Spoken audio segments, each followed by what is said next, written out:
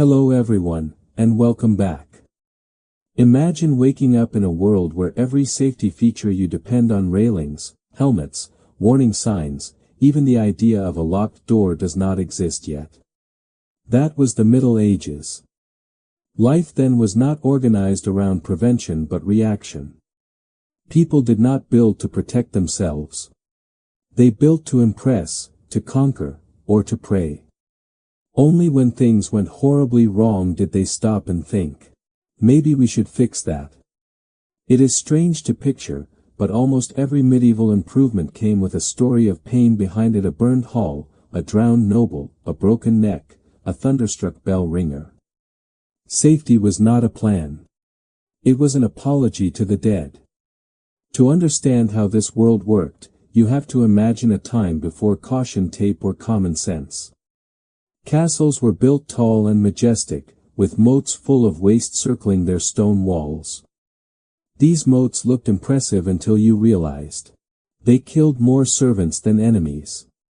People fell in because there were no barriers, no torches bright enough to show where solid ground ended and sludge began. Servants fetching water at dusk slipped, knights returning from a feast stumbled, and children playing too close vanished in seconds.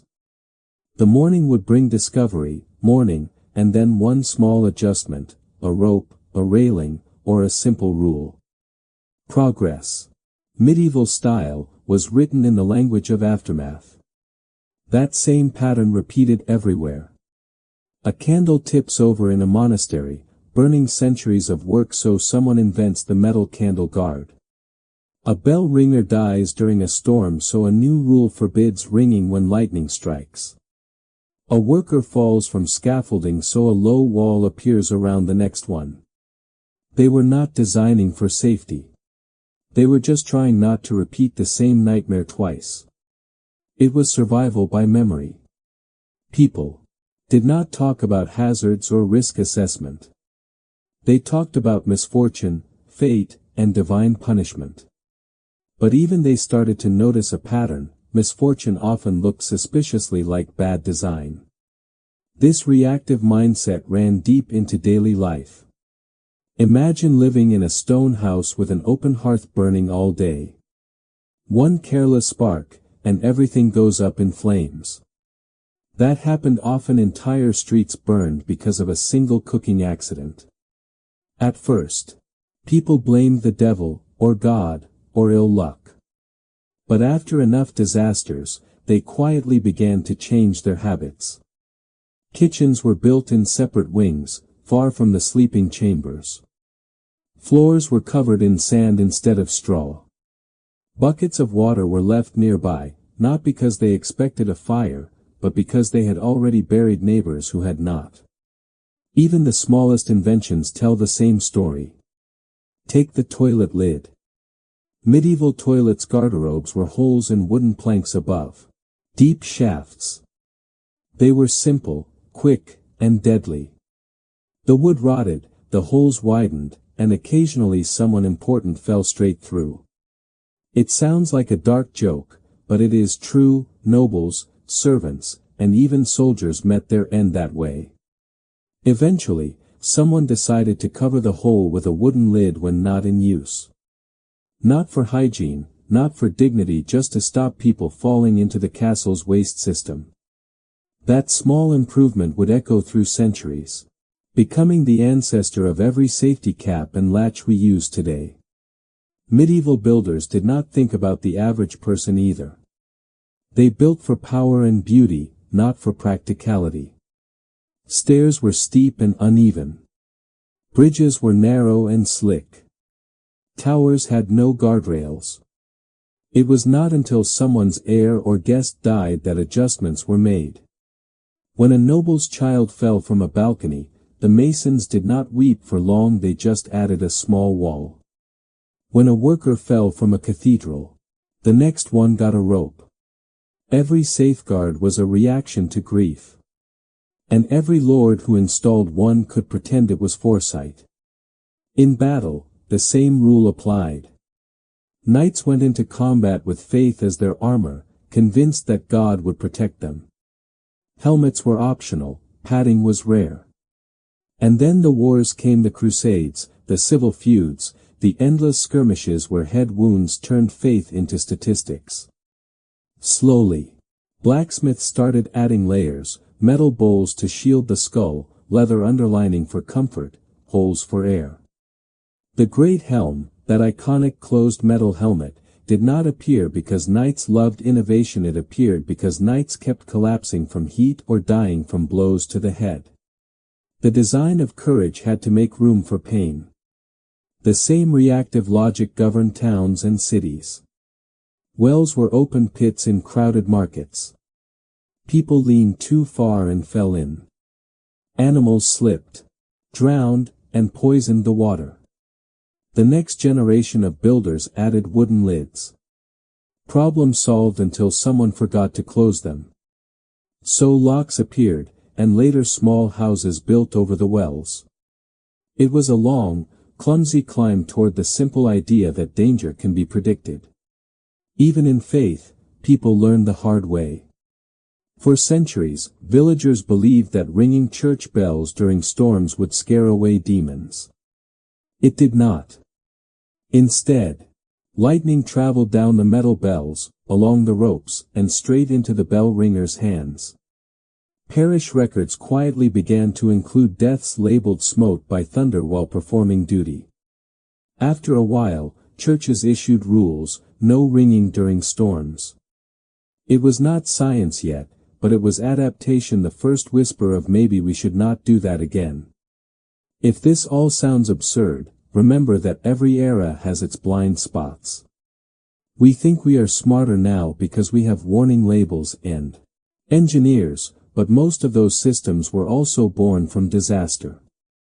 Airbags came after crashes. Fire codes came after infernos. Medical gloves came after epidemics. The only difference is that our memory is institutional. Medieval Europe had to rely on the memory of individuals. If no one survived to remember, the lesson vanished. What makes the medieval story so human is that it is never about perfection. They did not have blueprints or checklists. They had stories, tragic, embarrassing, often ridiculous stories. The knight who drowned in the moat, the monk who caught fire during prayer, the queen whose chamber collapsed under poor carpentry. And each story carried a seed of progress. Next time, let us do this differently. That is how safety evolved, not through theory, but through gossip and grief. There is also something humbling about how slow it all was. Decades, sometimes centuries, passed before one good idea became common. A candle guard in a monastery might take 200 years to appear in a peasant's home. Distance, poverty, and pride made innovation crawl. Lords thought safety was beneath them. Peasants thought safety was too expensive. In between, craftsmen quietly fixed what they could. Yet, through that slow grind, a mindset began to change. By the late Middle Ages, people started to anticipate. Town councils passed laws about waste disposal. Builders reinforced bridges. Merchants installed locks on doors not just to guard treasure, but to prevent fires and theft. The shift from after to before had begun. It was not industrial or scientific, it was cultural. People began to expect that things should not kill them by accident. You could say this was the birth of the modern safety instinct. The quiet understanding that prevention is cheaper than catastrophe. It did not come from philosophy or religion. It came from lived pain. Every improvement was a memorial to someone who did not get to benefit from it. Still, medieval people would not have described it that way. They did not think in terms of progress. They just tried to make tomorrow a little less dangerous than yesterday. That is what makes their world both terrifying and inspiring, because even surrounded by chaos, they learned. A blacksmith adding padding inside a helmet was not thinking about history. A cook moving the kitchen outdoors was not thinking about architecture. But both were part of a larger, accidental revolution, humanity's long, clumsy stumble toward foresight. So, when we walk through the ruins of an old castle today and see the ropes along the bridge or the small wall around a tower, we are looking at the first drafts of modern safety. Not inventions of genius, but scars turned into structure. Behind every improvement was someone who did not come home. The Middle Ages were not stupid, they were forgetful until they could not be. Their safety lessons were carved not into textbooks but into tombstones. They remind us that wisdom does not always arrive with a plan. Sometimes it arrives late, muddy, and breathing hard, saying, "Let us never do that again." And maybe that is the most human story of all, not a tale of progress, but of persistence. The idea that people, even in their darkest times, eventually learn to protect what matters. Sometimes after the first death, sometimes after 100. But always, eventually. Because survival, even when clumsy, is its own kind of brilliance. If there is one feature that defines a medieval castle, it is the moat, wide, deep, and filled with dark water that mirrored the sky and the arrogance of whoever built it. To the outside world, a moat looked like the ultimate line of defense, a warning that said, "You can come this far, but no further." But for the people who actually lived behind those stone walls, it was something else entirely, a trap. A silent, filthy, and entirely human-made hazard. Let us start with what a moat really was. It was not a romantic blue ring like you see in fairy tale drawings. It was a ditch, usually wide, sometimes dry, and often disgusting. It caught rainwater, kitchen runoff, animal waste, and whatever else the castle did not want nearby. When the moat did fill, it became a swamp of bacteria and sludge. If you fell in, you did not just drown. You inhaled the Middle Ages. At first, no one thought of it as dangerous. Lords loved their moats. A wide, water-filled trench looked powerful. Visitors gasped at its depth. Enemies hesitated. And in a world obsessed with symbols, nothing said "I am untouchable" quite like a shimmering pool between you and everyone else. But that illusion shattered quickly once people realized that the moat was not killing enemies, it was killing them. Imagine a winter night in a castle courtyard. The air smells of smoke and ale. Torches flicker. A servant carrying a bucket crosses the narrow wooden bridge that connects the keep to the outer gate. One wrong step on the icy plank and she is gone. No one hears the splash over the wind. By morning, the water has frozen over again, hiding the evidence until spring. This was not rare. It was common. And the people who survived long enough to tell the story began to see the moat for what it truly was, a death trap designed by pride. The irony ran deep. The moat was meant to keep danger out, yet it constantly claimed the lives of the very people it was meant to protect. Soldiers on night patrol slipped and vanished. Children playing near the walls drowned before anyone could help. Even noble guests stumbled after too much wine. Chroniclers recorded it politely, an unfortunate accident near the waterworks, but everyone knew what it meant. Eventually, the pattern became impossible to ignore. So began one of the earliest examples of medieval safety reform, though no one would have called it that. Castles started to add small wooden barriers or ropes along the bridges. Some added posts or short railings, purely out of desperation. Guards were instructed to carry lanterns at night, not just to spot invaders but to guide drunk knights back from the tavern. It was not innovation. It was damage control. And still, the accidents continued. Because no one could resist the moat. People bathed in it, washed their clothes in it, even used it as a garbage dump. During sieges, when clean water ran out, desperate defenders drank from it knowing it could make them sick, but preferring fever over thirst.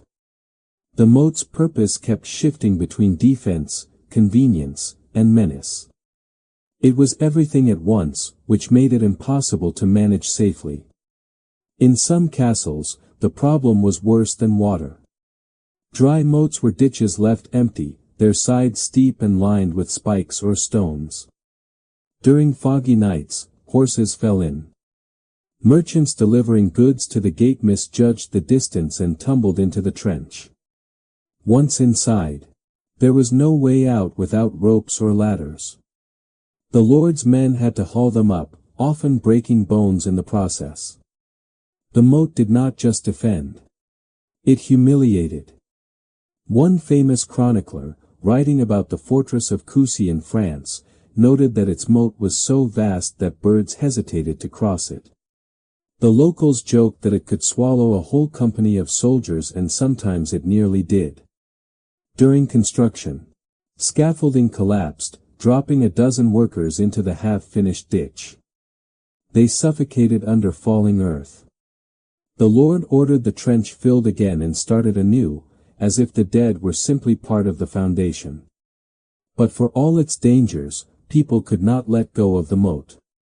It was too symbolic, too impressive. Every noble wanted one, the way modern homeowners want a gate or a garden. And so the disasters continued. One English castle tried to solve the problem by stocking its moat with fish, thinking the movement of life would purify the water. Instead, the fish died. Another lord dumped lime powder into the water to cleanse it, which did nothing except choke the servants who inhaled the fumes. It was medieval chemistry at its most confident and least effective. Over time, however, experience began to teach caution. Builders widened the bridges and added gentle slopes instead of straight drops. Some filled moats partially, leaving shallow sections near walkways so the fall would not be fatal. Others lined the bottom with reeds or mud to soften the impact. None of this made the moat safe, it just made it slightly less lethal. The real shift happened not in architecture, but in attitude.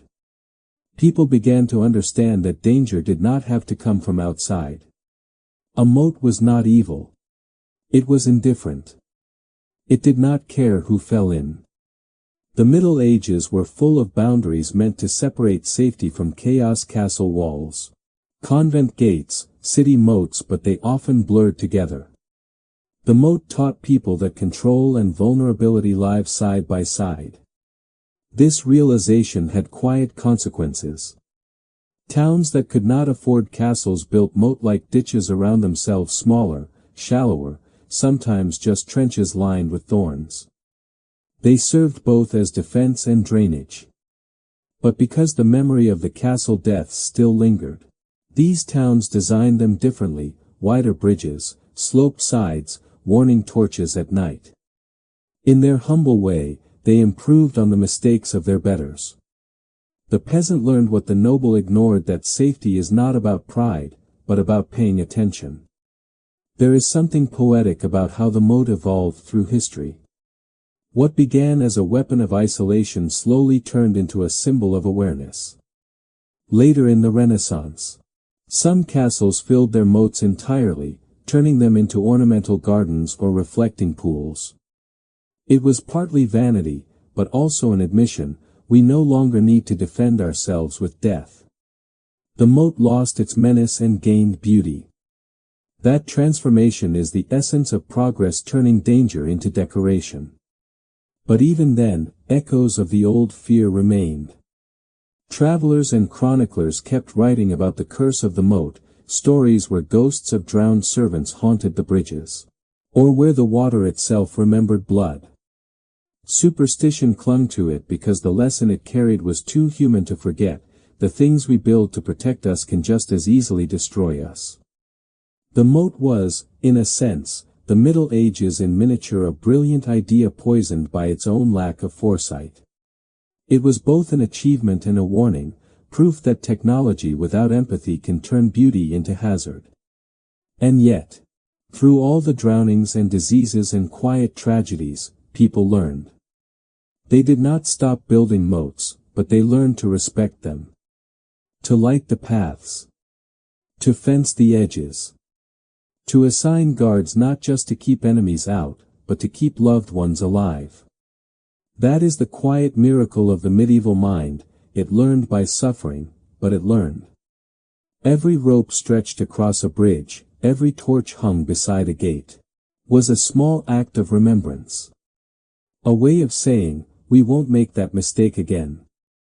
If you visit a surviving castle today, Château de Chillon in Switzerland, Bodiam in England, Malbork in Poland, you will see their moats shining under the sun, beautiful and calm. Tourists take photos, leaning safely over stone walls that did not exist when the moat was first dug. What they do not realize is that those walls are not there for decoration. They are tombstones in disguise. Each one whispers the same message through the centuries: safety is born from loss, and memory is our only moat against repeating it. The medieval knight was a strange contradiction, the bravest man on the battlefield and often the most fragile. Beneath layers of shining metal was a sweating, gasping human being trying not to pass out before lunch. Early armor was built for glory, not survival. Knights wore it because it looked divine, not because it worked. And like most things in the Middle Ages, every upgrade and protection was bought with blood. In the earliest days of armored combat, people trusted faith more than physics. Soldiers marched into battle in cloth tunics, leather jerkins, or maybe a rusty chain shirt if they were lucky. Helmets were optional, heavy, hot, and considered unmanly by some. There is a famous story of a crusader who refused to wear a helmet, saying, "God will guard my head." A few minutes later, an arrow proved otherwise. That was the rhythm of medieval progress. One man's confidence became everyone else's cautionary tale. The first real innovation came not from kings or commanders, but from blacksmiths who were tired of burying their customers. They noticed how most wounds struck the head, neck, and chest. So they started hammering metal bowls. Simple half-helmets called serviliers. These were not elegant, they were crude, loud, and often slipped off in combat, but they were better than faith alone. Over time, smiths added nose guards, cheek plates, and padding inside. Each improvement was the result of trial, error, and exhaustion. Then came the great helm, that iconic bucket-shaped helmet of the 13th century. It looked invincible, a knight's head turned into a fortress. But inside, it was a sauna. Breathing was hard, vision narrow, hearing nearly gone. Imagine standing under the sun, wrapped in steel, while arrows hiss past and men scream around you. The air inside heats up, the sweat runs into your eyes, and your breath fogs the metal. Some knights fainted before the enemy even reached them. The invincible armor turned them into statues. That problem did not go unnoticed. Squires started cutting holes in the metal, small slits for air, wider gaps for sight. At first, commanders scolded them for weakening the armor. But when fewer men collapsed mid-battle, the holes became standard. That is how medieval engineering worked. Human failure forced redesign. The most famous improvement, the visor, arrived when someone realized you could attach a movable faceplate. Finally, a knight could breathe between fights without removing his entire helmet. It was not comfort. It was survival. The body armor evolved the same way. Chainmail, or mail, was an early triumph of patience, tens of thousands of interlocked rings. It stopped cuts but not blunt trauma. Knights survived swords only to die from crushed ribs. So smiths layered leather under the mail, then added metal plates to the chest, shoulders, and knees. The 14th century saw the birth of full-plate armor, a masterpiece of protection that turned men into walking sculptures. But again, it came with trade-offs: weight, heat, and cost. The poorest soldiers fought half-naked while the rich risked suffocation inside steel cocoons. The human body was not built for this. Knights trained from youth to bear the load up to 30 kilos of metal on their frame. They practiced mounting horses in armor, swinging swords that felt like lead. Their bodies adapted, but only barely. When they fell, it was often over for them. Once you were on your back, your armor became your coffin. There are chronicles of battles where soldiers drowned in shallow streams because their armor dragged them down. Others burned alive when fire met metal too hot to escape. For every knight celebrated in song, dozens died trapped inside their own invention. Still, people adored the sight of armor. It symbolized power, faith, and order. A shining knight was the Middle Ages idea of perfection, a human refined into iron. That illusion blinded them to how deadly it really was. Armor was progress, yes, but it was progress without empathy. Protection came at the cost of breath, agility, and sometimes dignity. After a long day in the sun, knights smelled like cooked meat. But the lessons were learned, slowly. As wars dragged on, blacksmiths became as important as generals. They tested shapes, adjusted balance, studied wounds after battle. They invented flexible joints at elbows and knees, overlapping plates called lames that allowed movement without exposure. The armor became less like a coffin and more like a shell, still heavy, but alive. Each improvement was a quiet nod to the reality that human beings, not heroes, wore it. The shift in thinking spread beyond the battlefield. Armor began to influence architecture and clothing. Cathedrals borrowed its ribbed patterns. Tailors copied its layered design. Even common folk adopted small defensive habits. Workers tied cloth around arms while threshing grain. Cooks wore leather aprons to stop burns. The idea that you could prevent injury instead of merely surviving it had begun to seep into daily life. By the late 15th century, armor reached its peak, a marvel of balance and beauty. Artisans sculpted it like jewelry. Etched lines, gilded edges, intricate joints. A full suit could take months to craft. It made its wearer almost untouchable in hand-to-hand combat. But history, as usual, had a cruel sense of humor. Just as armor reached perfection, the world discovered gunpowder. The musket ball made a mockery of centuries of craftsmanship. A single shot could pierce what 1,000 arrows could not. Knights tried to adapt. They thickened the metal, angled the plates, tested bullets against breastplates before selling them. Some armor even bore small dents-proof marks to show it could withstand fire. But eventually, the math stopped working. You could make armor thick enough to resist bullets, or light enough to move in, but not both. The era of the armored man ended with a sigh, not a scream.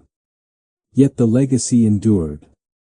The modern helmet, the firefighter's suit, the bomb disposal gear all trace their ancestry to that same stubborn logic: pain first, progress second.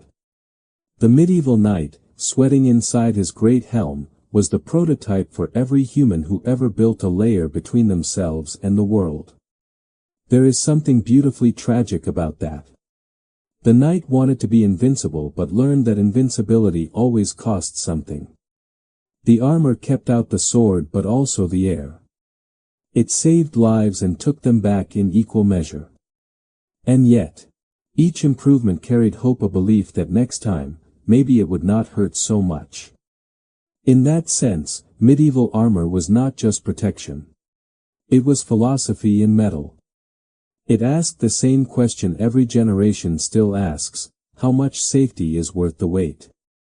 How far can we go before what shields us starts to trap us? So the next time you see a knight's armor gleaming in a museum, remember that you are not looking at a symbol of perfection.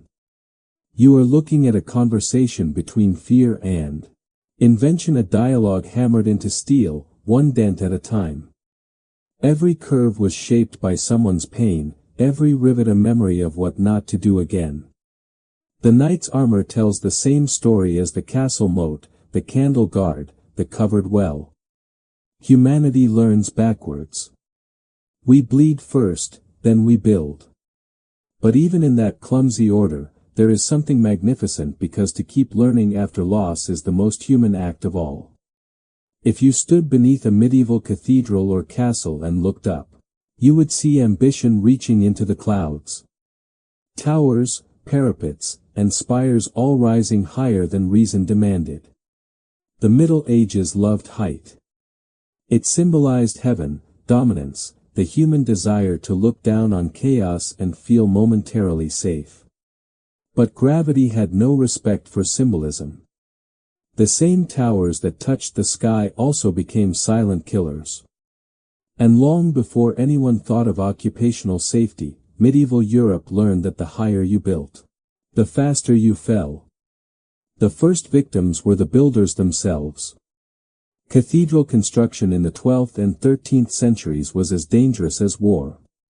Masons climbed makeshift wooden scaffolds stacked on one another like a child's toy. There were no guardrails, no safety ropes, just faith, balance, and a prayer that today was not the day. A slip meant a freefall from 40 meters onto stone. Contemporary chronicles sometimes described these deaths with chilling brevity. A worker fell from the tower and was buried that afternoon.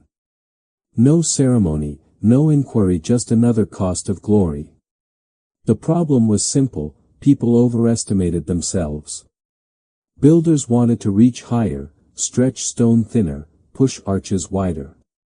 The Gothic era was obsessed with light and elevation, and in that ambition lay constant risk. Workers labored on icy mornings when ropes froze solid. Gusts of wind could swing a scaffold, sending stones and men crashing below. Helmets did not exist. Neither did harnesses. Even ladders were crude, uneven, and prone to tipping. Cathedral sites were not the only danger zones.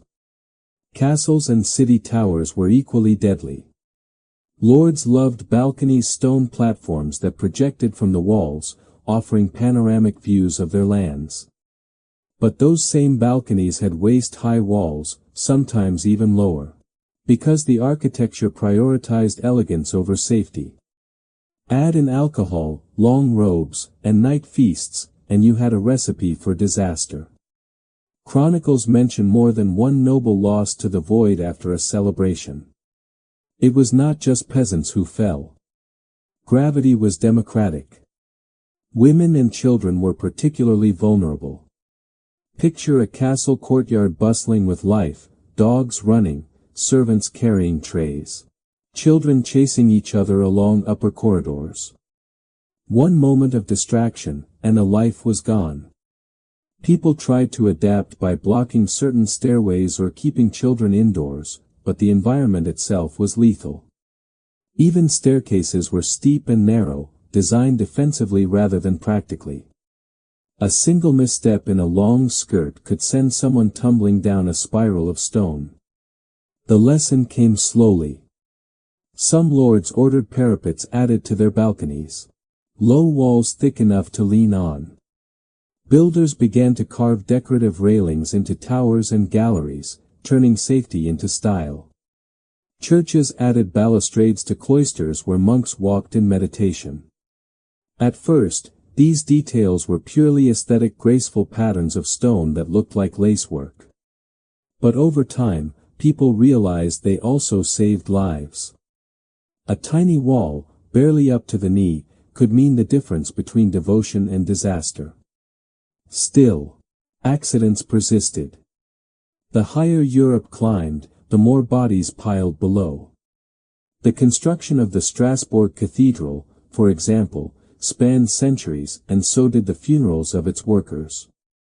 In England, the rebuilding of Canterbury after the Great Fire of 1174 claimed several masons who fell from the new vaulting. Every great tower had ghosts built into its mortar. But because death was common, people did not question it. The word accident did not even mean preventable, yet it meant God's will. And yet, humans have a strange relationship with repetition. We adapt. Monks started to bless building sites, asking protection for workers. Some guilds introduced informal safety rituals, checking ropes before climbing, refusing to work during high winds, covering holes with planks. These were not regulations. They were survival habits. A mason who wanted to see his family again learned to trust his own fear. By the late 13th century, architecture had started to change in subtle ways. Builders widened the walkways at the tops of walls and added raised edges to parapets. Bell towers, notorious for claiming their ringers, gained narrow railings along their inner steps. Even decorative gargoyles served a hidden safety function. They jutted out from ledges, reminding people not to lean too far. The beauty of Gothic architecture, its flying buttresses, its intricate carvings, was also its warning system. But not all improvements came from compassion. Some were driven by reputation. When a noble died in a fall, the scandal rippled through courts. Chroniclers whispered that the fall was divine punishment, that the victim's pride had outpaced their wisdom. To avoid that humiliation, other nobles quietly improved their castles. They added railings, widened stairs, even stationed guards near dangerous spots during feasts. It was not empathy, it was image control. Medieval PR safety. The most ironic place of all was the belfry. Bell towers symbolized the voice of God, calling the faithful to prayer. But climbing them was a nightmare. Narrow ladders spiraled upward through darkness, slippery with dew or dust. Bell ringers worked alone, hauling heavy ropes that could snap their arms or necks if caught. And when lightning struck, as it often did, they were the first to die. The church eventually learned from the carnage, banning bell ringing during storms and adding small railings inside towers. Each improvement came only after another obituary. There is something deeply human about that slowness. We learn from pain, but we learn unevenly.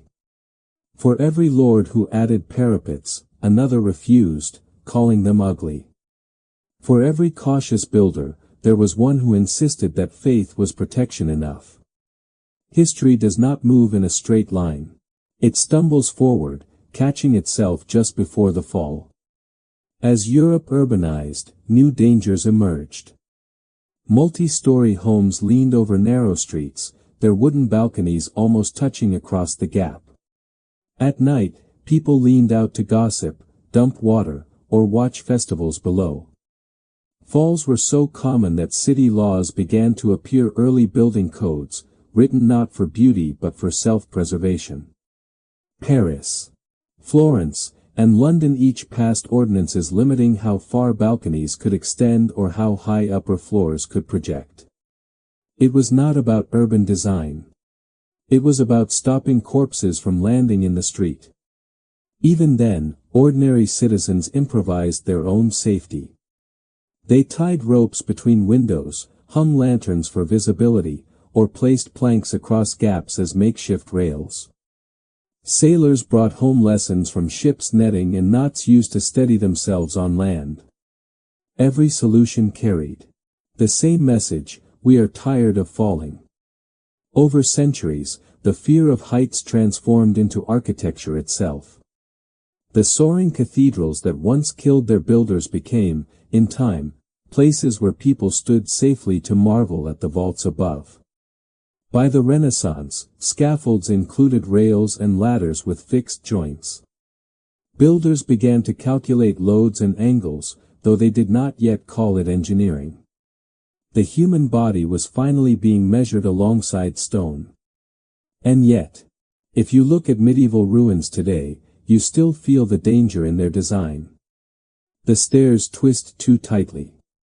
The ledges end too soon. The walls invite you to lean, to test, to tempt gravity.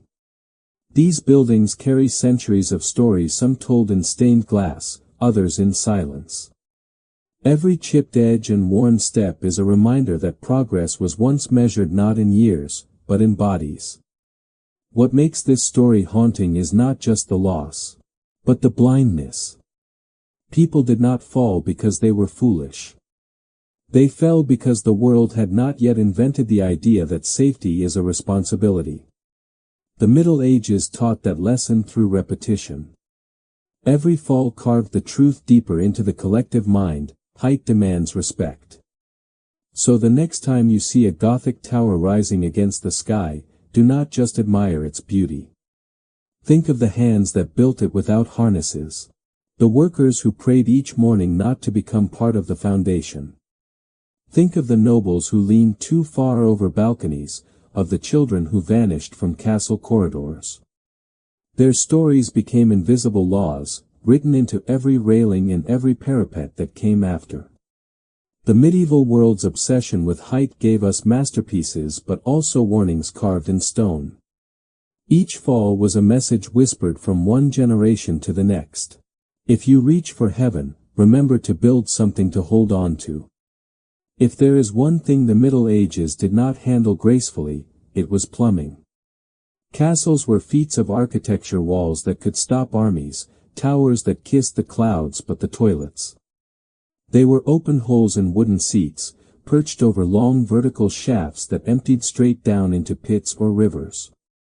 The medieval toilet, politely called a garderobe, was an exercise in faith. You sat above darkness and hoped the floorboards held. And more than once, they did not. For all their grandeur, medieval people lived surrounded by waste.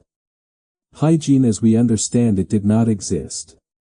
The garderobe was seen as a marvel of convenience, a private seat built into the castle wall so you did not have to trek outside in the rain. The waste fell through the shaft, sometimes landing in a cesspit, sometimes in a moat, sometimes directly on the hillside below. If you were lucky, there was straw to wipe with. If you were very lucky, moss. The smell. A permanent resident. Servants carried herbs or burned incense near the openings, but it was a losing battle. The problem was not just the smell, it was the danger. Garderobes were made of wood, and wood rots. The shafts were deep, narrow, and often slick with moisture. Over time, the boards weakened. People would lean back or shift their weight and suddenly find themselves falling into the abyss. For the poor, it was humiliation. For the rich, it was tragedy. There are actual records, grim, almost comic in their phrasing, of nobles meeting their end whilst at his seat. One of the most famous cases is that of Wenceslas III's cousin, the unfortunate German nobleman who fell through a collapsing toilet seat in the 14th century and drowned in the cesspit below. Chroniclers wrote about it delicately, calling it a shameful death, but the message was clear: no one, not even the wealthy, was safe from poor carpentry. In some castles, people refused to use certain garderobes after accidents, believing them cursed. Others started reinforcing the boards with iron bands or stone slabs, a small, grim step toward modern bathroom safety. But the dangers went beyond falling. Garderobes were breeding grounds for disease. The shafts, warm and damp, attracted flies and rats, which carried infections back into kitchens and sleeping chambers. In summer, the smell became so unbearable that nobles relocated their entire households to other residences. For peasants, who used open pits or communal latrines, illness was part of life. Dysentery, cholera, and plague all found allies in the medieval sewage system. Yet people did not see the connection. Illness was blamed on bad air or divine punishment, not the obvious filth beneath their feet. Architects, in their defense, did try to innovate. Some castles installed multiple garderobes stacked vertically, sharing one shaft, a multi-floor solution that only spread the stench more efficiently. Others built waste chutes that led directly into moats, which made moats even deadlier. Rain occasionally washed the contents back toward the walls, turning courtyards into swamps of disease. And yet, for centuries, this system was seen as progress. It was better than buckets, better than walking outside at night. People accepted the trade-off: comfort over cleanliness, convenience over caution. The garderobe even carried social symbolism. It was a mark of prestige. To have a private toilet indoors, away from prying eyes, meant status. Servants and soldiers relieved themselves wherever they could, but nobles had seats carved into the stone walls, some decorated with carvings or curtains. The irony was cruel: the higher one's social rank, the greater the drop below. The term garderobe itself is revealing. It comes from French, meaning to guard one's robes. People believed hanging clothes near the toilet kept them free of lice. The fumes supposedly killed pests. It is almost poetic. In trying to protect their garments, they sat beside danger. Over time, garderobes became literal closets, rooms to store clothes, later evolving into what we now call wardrobes. The shift in meaning mirrors humanity's slow retreat from filth to function. By the late Middle Ages, towns began to face the consequences of centuries of poor sanitation. Rivers turned black. Wells became contaminated. Outbreaks spread faster. City councils issued primitive sanitation laws. Latrines must be covered, waste must not be dumped into public streets, cesspits must be cleaned twice a year. But the technology to make these rules effective did not exist yet. Cleaning a cesspit meant lowering a worker called a gong farmer in England down into the pit with a bucket. They shoveled human waste for pennies, often dying young from the fumes. The job was so despised that workers could only work at night, to avoid being seen.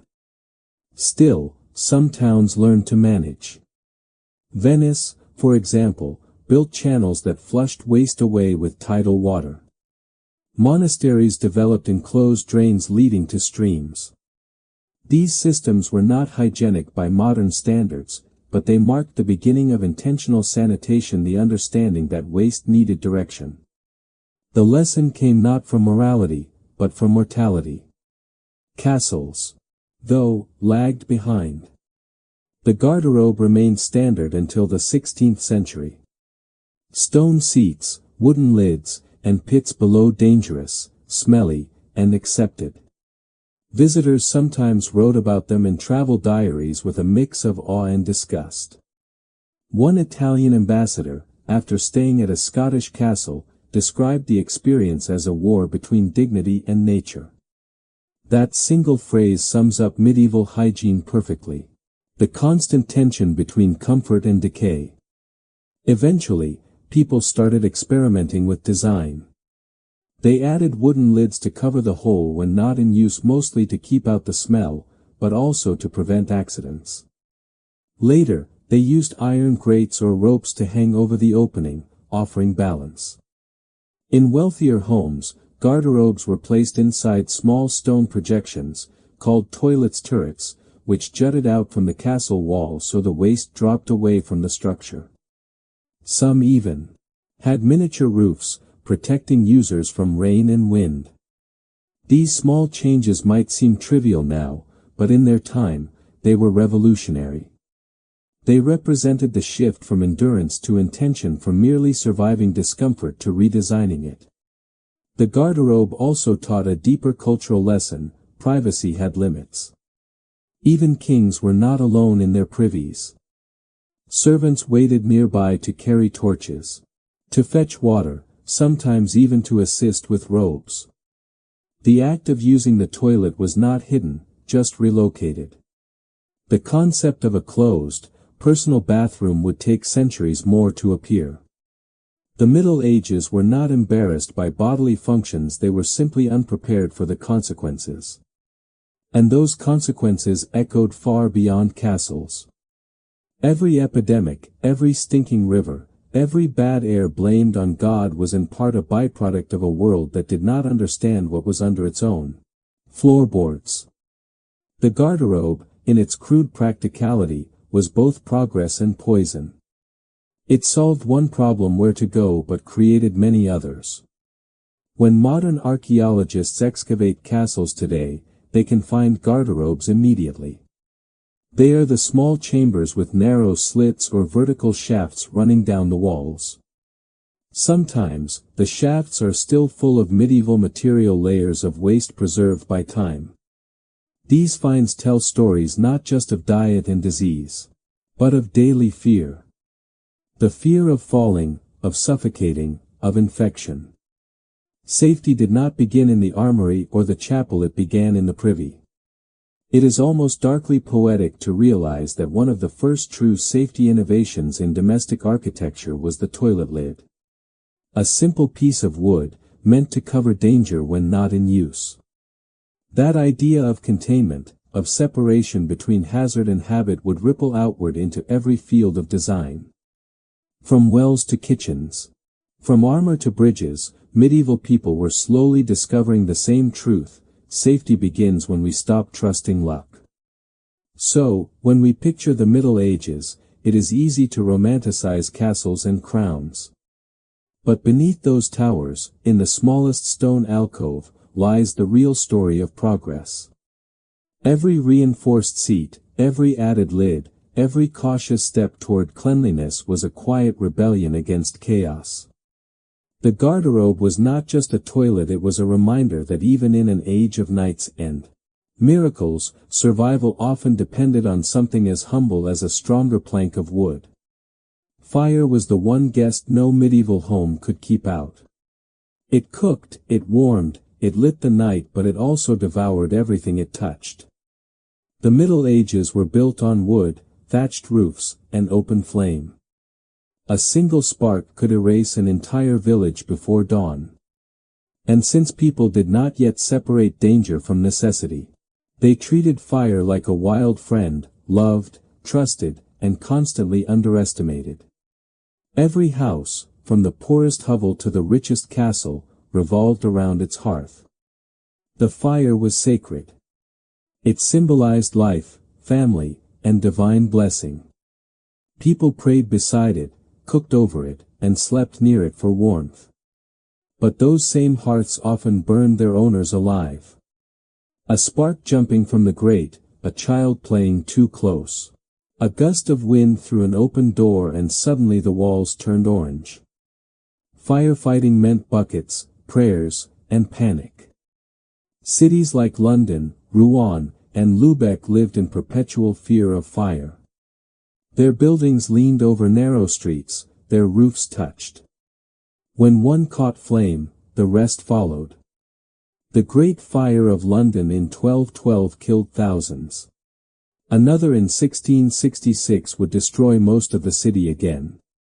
But these were not freak disasters, they were symptoms of a world built to burn.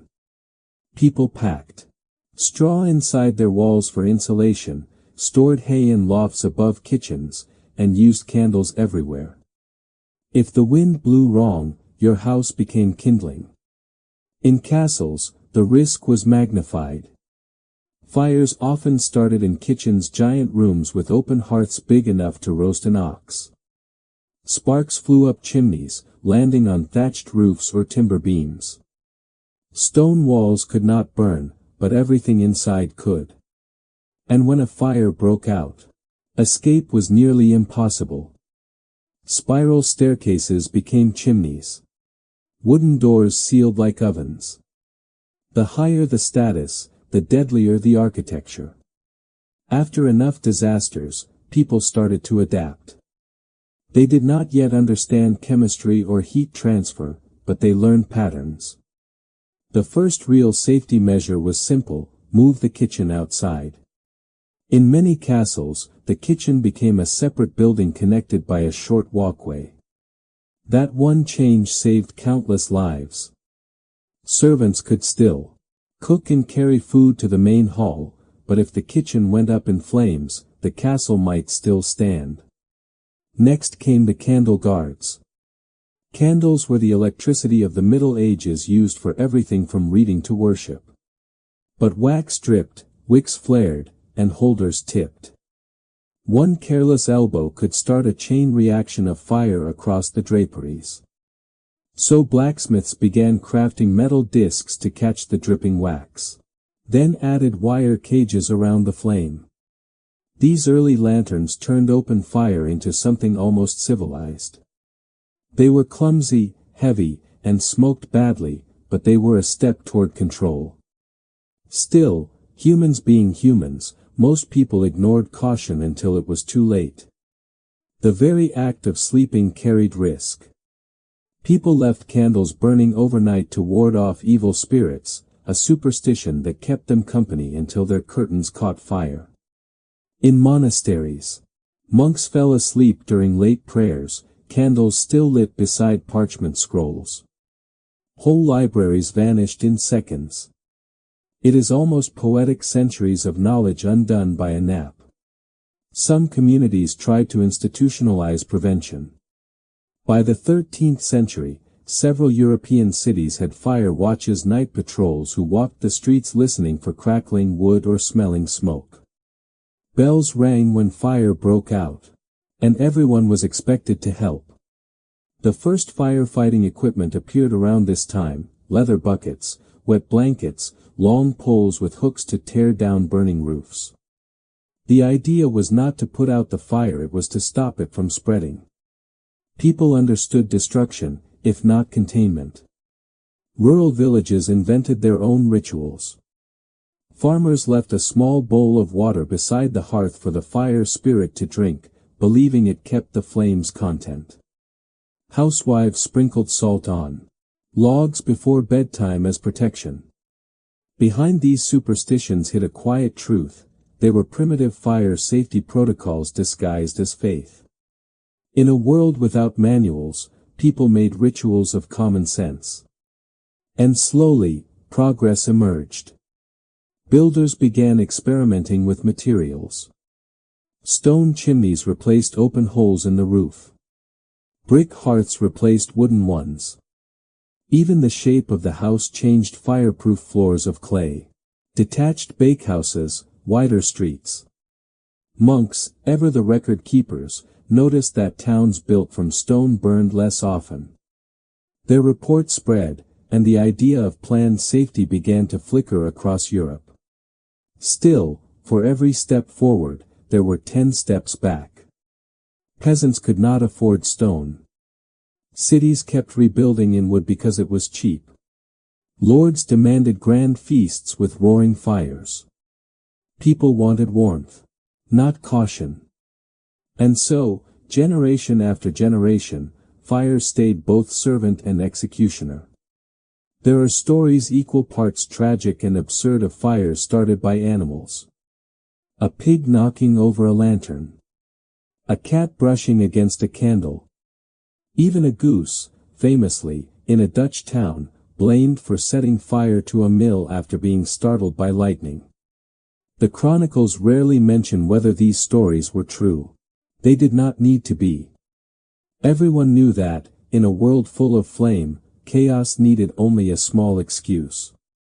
One of the biggest changes came when metal stoves arrived in the late Middle Ages.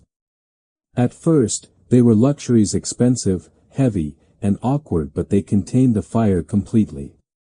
No sparks, no rolling logs, no open flame licking the air. For the first time, fire lived inside a box, and humans began to think of it as something to manage rather than appease. The stove marked a psychological shift, from coexistence to control. Churches also learned. The same cathedrals that once burned like torches began using stone screens to separate candles from woodwork. Metal chandeliers replaced wooden ones. Priests instructed congregants not to bring torches inside during Mass.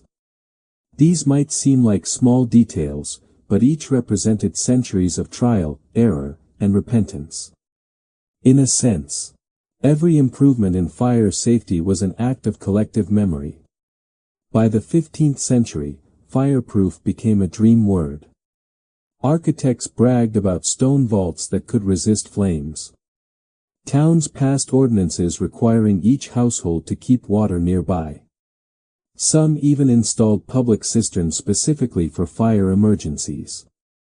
The seeds of the modern fire brigade were planted in these shared fears. When flames no longer felt like fate, they started to look like a challenge. Even language reflects the shift. Earlier chronicles spoke of fires as visitations or purifications. Later documents called them negligence. The tone changed from worship to accountability.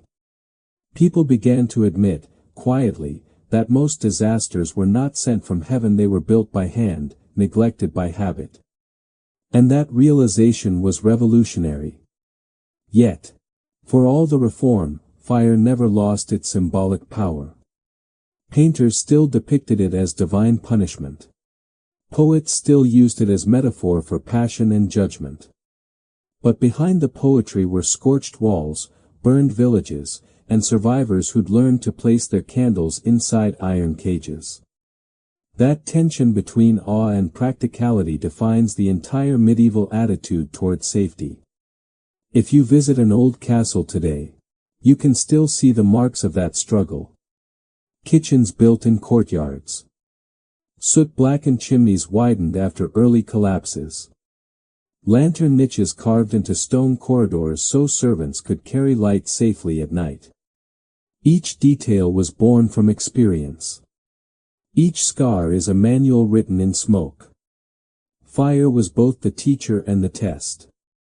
It taught humanity to respect what it could not fully control, to invent not out of brilliance but exhaustion.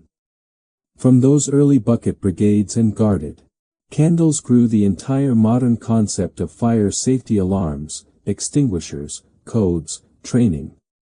None of it was inevitable. It started when someone, somewhere, stared at the ashes of everything they loved and said, "Never again." The Middle Ages might seem distant, but their fires still burn in our habits. Every time we blow out a candle before sleep, every time we close the stove door, every time a fire alarm rings, we are echoing lessons they learned in flame. The people who built wooden worlds learned the hardest truth of all, that light and destruction often share the same spark. And that survival, in the end, means remembering which one you lit. Thunder meant something different in the Middle Ages. To modern ears, it is just weather, a low roll of sound before the rain. But to a medieval villager, it was the voice of God, or worse, the devil testing his lungs. Lightning was not a natural event. It was judgment. So when it struck a church tower and killed the bell ringer inside, people did not see bad luck, they saw a message. The irony is brutal. Those who died trying to protect their towns from storms were often the very reason safety began to evolve. For centuries, Europe had one ritual response to thunderstorms: ring the bells. When clouds gathered and the first crack of thunder shook the ground, priests would order the bells to sound. The logic was both spiritual and social. The sound of the bell, they believed, could scatter evil spirits, calm the storm, and remind the heavens that people below were praying. Entire villages relied on it. The bigger the storm, the louder the ringing. It was beautiful and fatal. Because the thing about church towers is they are tall. Very tall. Often the highest structure for miles. Tipped with a spire that practically invited lightning. The bells themselves were metal, suspended by ropes that ran straight down to the floor where the ringer stood. When a bolt hit the tower, it traveled through the metal, into the rope, and directly into the person holding it. Many did not even have time to let go. The deaths became so common that chroniclers stopped describing them with surprise. Smote by thunder while in service became a quiet formula repeated in parish records. Some accounts described how the blast would throw the ringer across the belfry, or how the entire tower would shake as if alive. Sometimes the wooden beams caught fire. Sometimes the bell itself cracked from the heat. In the aftermath, villagers would climb the tower, find the ringer's body blackened but still standing, the rope fused to their hand. At first, people did not connect cause and effect. They thought lightning specifically targeted the pious, it was divine jealousy, or proof that the heavens were angry. So instead of stopping the bell ringing, they rang harder. Towns competed over whose bells could defy the storm most faithfully. The louder, the holier. And the death toll rose accordingly. By the late 14th century, rumors spread of cursed bells, those that had been struck more than once. People began to fear them, believing they carried demonic energy. In some towns, entire bell towers were abandoned. Others hired outsiders, condemned men, or debtors to ring during storms, promising them forgiveness if they survived. It was a grim medieval compromise, salvation in exchange for electrocution. Then, quietly, the pattern began to shift. Monks, ever the observers, started noticing details. Bells struck by lightning often shared certain traits: higher towers, metal-tipped spires, ropes left wet or uninsulated. The connection was primitive but real. They were beginning to think mechanically, not mystically.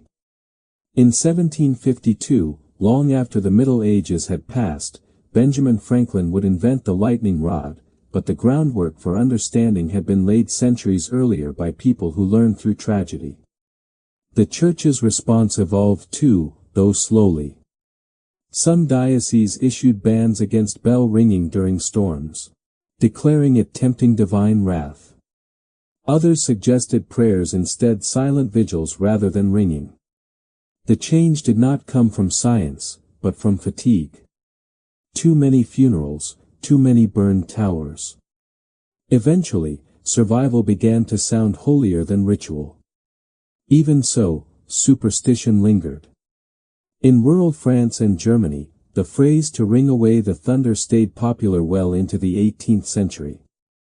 Farmers swore that bells could still break the clouds.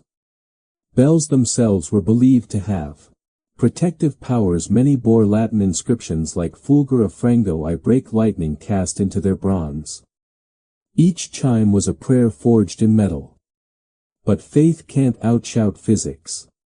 It is worth pausing to picture the moment itself: the bell ringer, alone in the high stone tower, thunder crashing around him. He grips the rope, his hands raw, his breath echoing off the walls. He believes he is saving his town. Outside, people kneel, whispering prayers, watching the tower glow with every flash. Then one bolt finds its mark, and the light inside the tower is brighter than any candle. The villagers hear a sound louder than thunder, the final ring, and then silence. That silence must have felt like the end of the world. When the church finally stopped the practice, they did it quietly. No one wanted to admit centuries of error. Instead, they reframed it as reverence. Storms were to be met with humility, not noise. The bells remained sacred, but they fell silent when lightning came. This small shift, a change in ritual, not just engineering, marks the birth of risk awareness. The understanding that devotion should not require a death wish. Some towns tried to take matters further. Builders began adding wooden spikes or iron rods atop towers, believing they could distract the lightning away from the bell. The logic was not entirely wrong, but the materials made it worse: wood burned, iron conducted. True protection would not come until Franklin's grounded rod centuries later. Still, these early attempts were remarkable. They showed that humans, even steeped in superstition, could inch toward reason through repetition. The psychological toll was heavy, too. Bell ringers became reluctant heroes.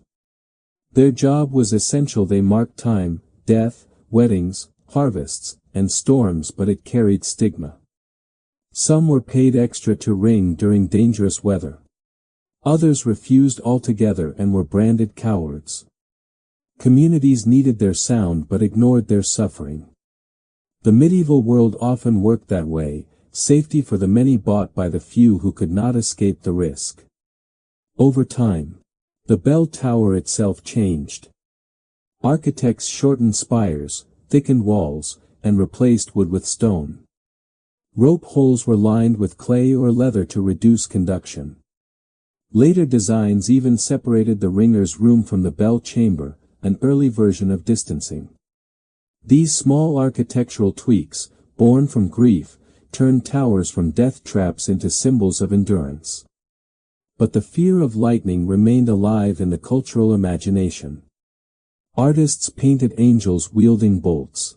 Poets compared sudden death to the bell ringer's fate. Even into the Renaissance, people whispered about fire from heaven as punishment. Lightning carried mystery long after it stopped carrying souls. What is haunting is how long it took to question the ritual. For hundreds of years, people chose faith over evidence, tradition over life.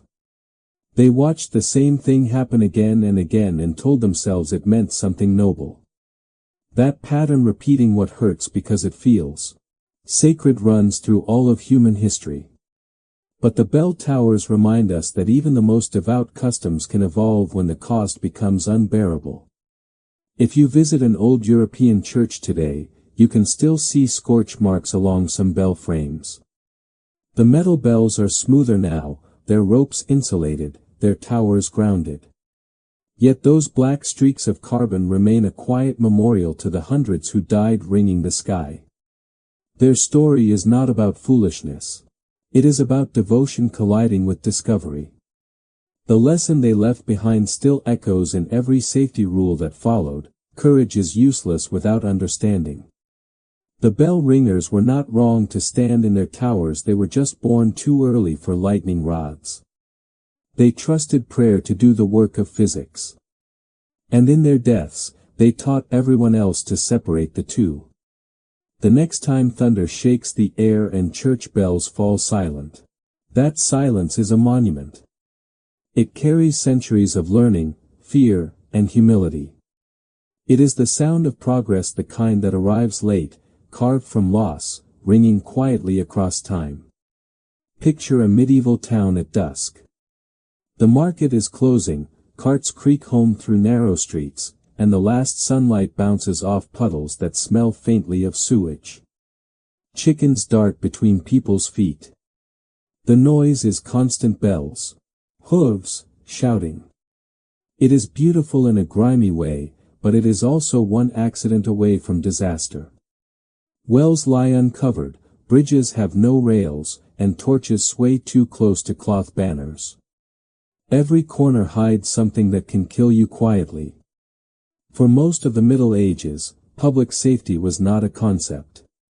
A city existed to trade, pray, and defend itself, not to protect its residents from themselves. The common belief was that life was hard because God meant it to be. If you tripped into a well, or got crushed by a passing cart, it was fate, not design. But as towns grew denser, people started to notice a strange pattern: when one careless act killed someone, it often took others with it. And so began the slow birth of public space reform, the moment when medieval cities started to guard their people instead of just enclosing them. It started, as usual, with tragedy. A child fell into a well in Rouen. A horse plunged through a weak bridge in Florence. A baker's torch burned half of York. People mourned, complained, and moved on until the same things happened again. Eventually, grief turned into rules. Town councils began to pass ordinances, some crude, some brilliant. Wells had to be covered with wooden lids or iron grates. Bridges were to have side chains or low rails. Street vendors could not block fire lanes. No open flames during curfew hours. These early laws were fragile and inconsistently enforced. But they marked a radical shift. Human error was becoming something society could prevent. The simplest improvement was light. Medieval streets were dark, dangerously so. Candles were expensive, oil scarce, and torches unreliable. After sunset, most people stayed indoors, and those who ventured out carried lanterns, their flames trembling in the wind. Thieves thrived in this darkness, and so did accidents. People fell into ditches or stumbled over trash heaps. Town leaders eventually introduced curfews, not just to stop crime but to reduce chaos. Bells rang to signal lights out, and guards patrolled the empty streets. What began as social control accidentally became safety policy. Some cities went further. Paris installed the first municipal lanterns in the 14th century, wooden posts with small cages of flame hung at intersections. They were meant to comfort travelers and deter crime. But they also kept people from breaking their necks in the dark. It was, in essence, the first street light system, maintained by paid lamplighters who replaced the oil and trimmed the wicks each evening. Citizens grumbled about taxes but quickly noticed fewer corpses in the gutters. Water, too, became a focus. Wells and cisterns were lifelines, but they were also open traps. Children drowned, animals fell in, and diseases spread through contaminated water. In England, ordinances began requiring lids for public wells, while in Italian cities, wells were enclosed within small stone houses. Some even employed guards to prevent people from dumping waste inside, a sign that public health was slowly emerging as a civic duty. It was not compassion. It was economics. Dead citizens did not pay taxes. Bridges, meanwhile, were nightmares. Medieval builders often focused on beauty and symbolism, constructing arched stone spans adorned with shrines or statues but no rails. Horses slipped, carts overturned, and merchants tumbled into rivers along with their goods. After enough drownings, cities began adding barriers. In some places, chains stretched between posts. In others, full parapets appeared. Venice, whose bridges crossed canals filled with traffic, learned early that decoration could coexist with safety. Their elegant marble railings became an early model for functional beauty. Markets posed another problem. In bustling towns, stalls lined every major street, narrowing passageways until fire wagons could not pass. During emergencies, chaos ruled. People blocked exits, goods caught flame, and thieves looted in the confusion. Slowly, town charters introduced zoning rules. Markets could only operate in designated squares. Fires could not be lit within a certain distance of buildings. Water barrels had to be kept nearby. The medieval idea of order was expanding from morality to infrastructure. And then there was waste, the silent killer beneath everything. Streets were open sewers. People tossed chamber pots from windows with a casual guard low, "Watch out below." A phrase that became both warning and apology. The mess spread disease and made walking treacherous. When plagues hit, city leaders finally understood the link between cleanliness and survival. Regulations appeared: no dumping waste near wells, no butchering animals in alleys, no corpses left unburied within town walls. Public hygiene was not yet science, but it was becoming governance. One of the most transformative rules was the night watch. Initially, these were guards meant to catch criminals. But they quickly became the first responders for fires, floods, and injuries. They carried horns to sound alarms, helped lost travelers, and sometimes escorted drunk citizens home safely. Their presence turned public space from an ungoverned wilderness into something resembling community care. You could say they were the ancestors of firefighters, police, and paramedics all rolled into one.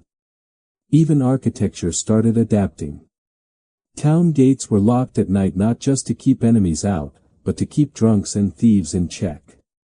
Squares widened to prevent fires from jumping between roofs. Cobblestones replaced mud, reducing slips and ankle breaks. And in some forward-thinking cities, Bruges, Lübeck, Siena, public fountains were built, providing clean water for all. It was not altruism. It was survival disguised as civic pride. The church played a quiet role, too. Many monasteries had strict cleanliness rules: washing hands before meals, covering wells, isolating the sick. Towns often copied these habits, especially after realizing monks died less frequently in epidemics.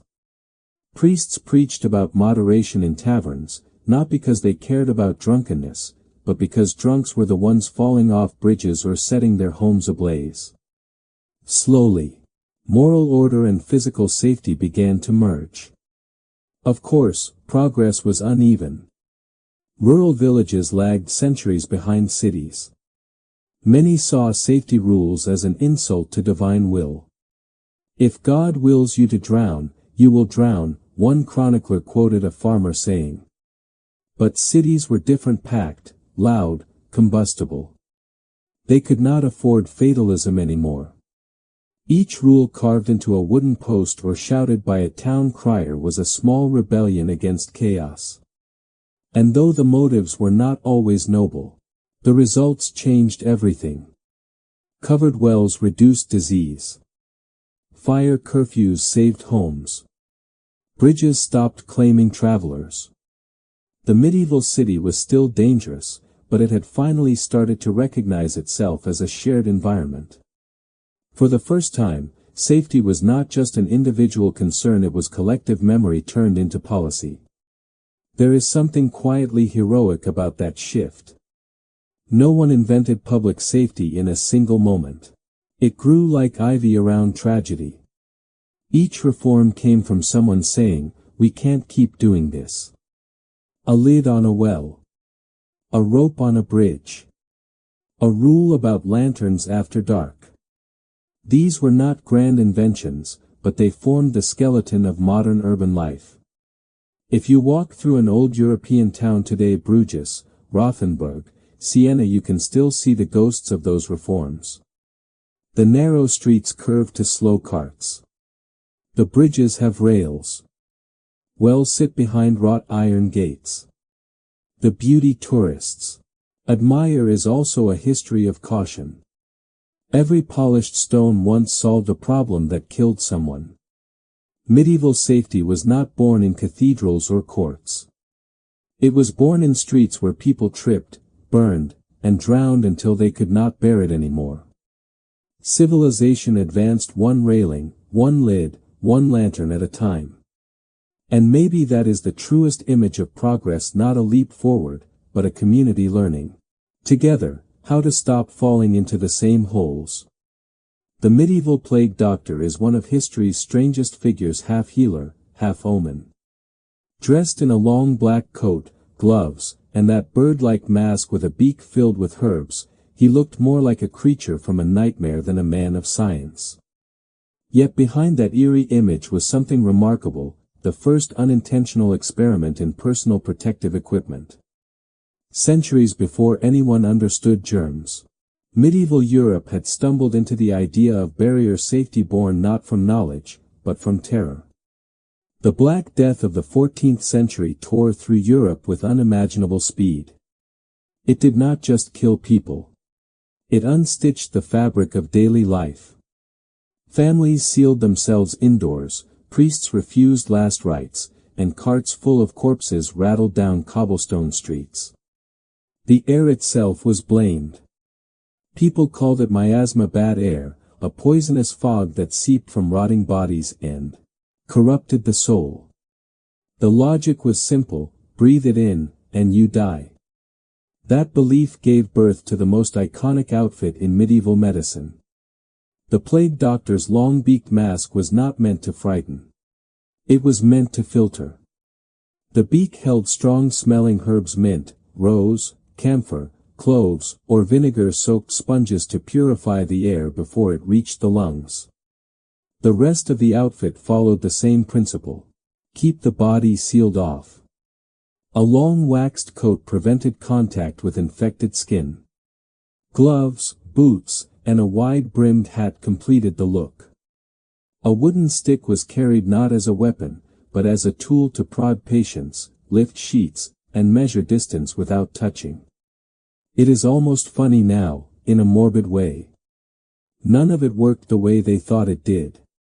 The herbs did not clean the air, and the stick did not stop fleas, the real carriers of plague, from leaping. Yet, unintentionally, these doctors had invented pay. The beak acted like a primitive respirator, the waxed cloak like a hazmat suit. They survived slightly longer than those who worked unprotected, and that small difference kept the idea alive. Maybe death was not random. Maybe barriers mattered. Before the plague, medicine in Europe was as much philosophy as practice. Illness was divine punishment or imbalance of the humor's blood. Phlegm, black bile, yellow bile. Doctors focused on astrology, not anatomy. But the scale of the Black Death shattered faith in old ideas. Monks died in their cells, kings died in their castles, and nothing, no prayer, no potion seemed to help. For the first time, people began to see disease not as judgment, but as contagion. Something physical, transferable, preventable. That mental shift changed everything. Cities started issuing quarantine orders. The word itself comes from quaranta. Giorni, 40 days. The period ships had to wait outside Venetian ports before passengers could enter. It was arbitrary at first, inspired by biblical numerology, but it worked. The delay kept infected travelers from bringing disease inland. From that small act of patience came the foundation of modern public health. Quarantine was not about faith. It was about time, and time meant survival. Venice was the first to formalize it, building lazarettos, or plague hospitals, on isolated islands. Other cities followed. These were grim places, more prisons than hospitals, but they had one vital function: containment. People did not yet understand bacteria, but they could see patterns. Those who touched the sick became sick. Those who stayed away did not. Observation replaced doctrine, and science began to whisper beneath the screams. The mask itself evolved too. Early versions were simple cloths tied around the mouth. As fear deepened, so did the layers. Leather replaced linen. Glass eyepieces were added to protect from infectious vapors. Even the choice of herbs changed depending on what smell people thought could overpower death. Some doctors stuffed their beaks so full they could barely breathe. Still, they believed they were armored against invisible demons. And in a way, they were. Beyond the doctors, society adapted in strange, brilliant ways. Grave diggers wrapped scarves over their faces. Families burned incense in homes. Merchants fumigated coins with vinegar before exchanging them. Monks designed long-handled censers to spread herbs through church aisles. Everything smelled of fear and smoke. The entire continent had turned into a laboratory of desperation. Even art reflected the new obsession with protection. Paintings depicted death as a skeletal figure carrying a scythe, but people began adding barriers. Veils, cloaks, even invisible shields of light. It was as if humanity had finally realized that distance could save them. The medieval mind was slowly learning to separate the sacred from the sanitary. Of course, not everyone adapted. Many saw the plague doctor's costume as blasphemy, a mockery of God's power. Others thought the doctors were carriers of the disease themselves. In some towns, mobs attacked them, convinced that their masks spread poison. The irony is painful: the first people to wear protective gear were punished for surviving.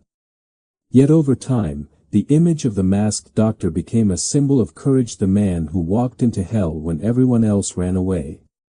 The lessons of plague protection rippled forward long after the Black Death ended.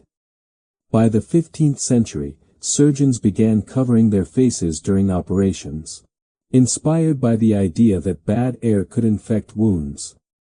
Hospitals improved ventilation and isolated patients. Ships carried inspection documents proving their crews were disease-free, the ancestor of the modern health certificate. Entire professions grew around prevention: watchmen, fumigators, disinfectors. They were not scientists, but they were learning to think like ones. The biggest change, though, was psychological. Before the plague, Europeans believed safety was moral, behave well, and God spares you.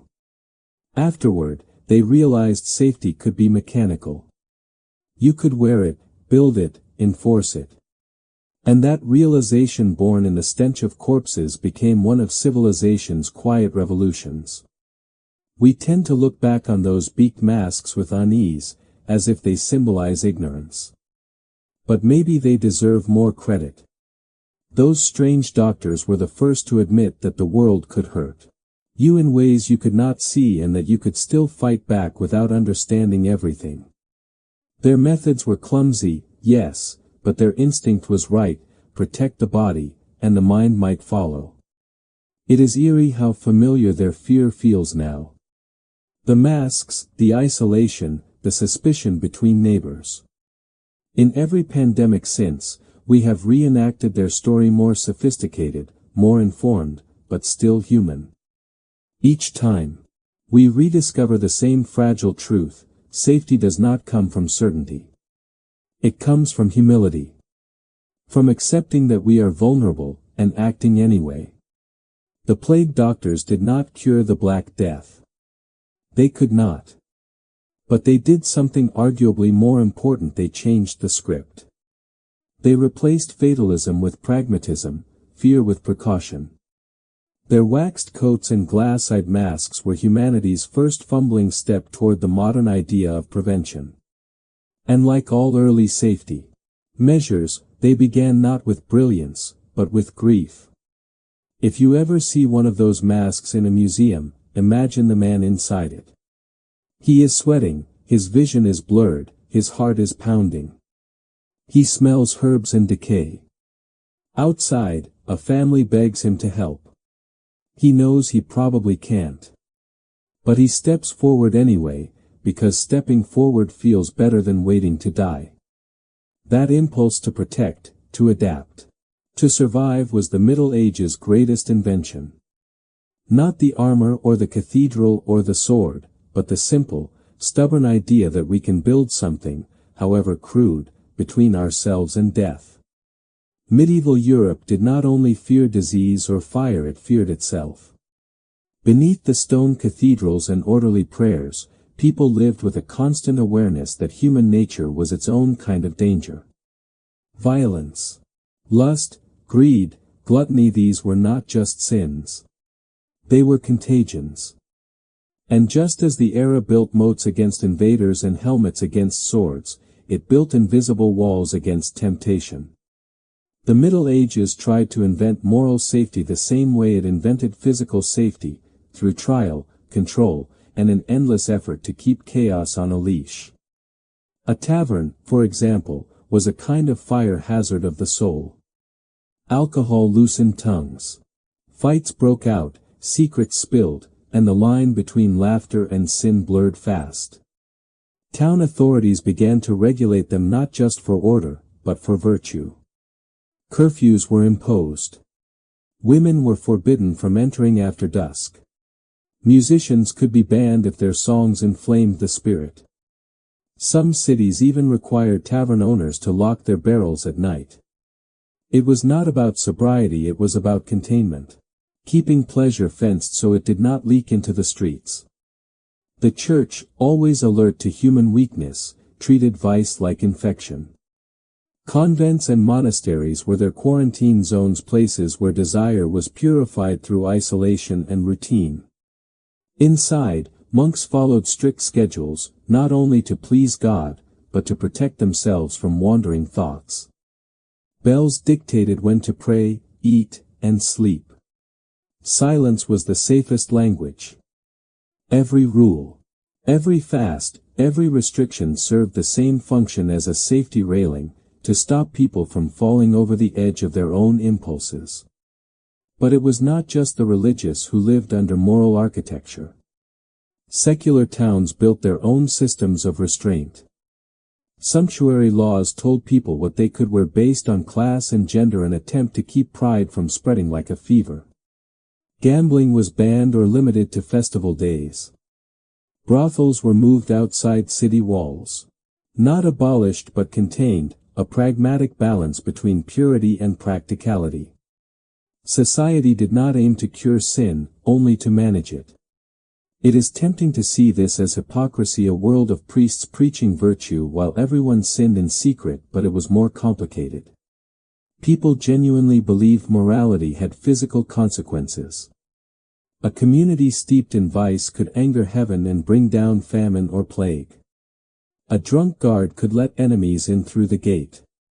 A lustful priest could corrupt an entire parish. In that worldview, every moral failure was a safety breach, every indulgence a spark waiting to catch. So they built systems of surveillance. Parish priests kept lists of notorious sinners. Guilds fined members for swearing, skipping church, or getting caught in taverns during work hours.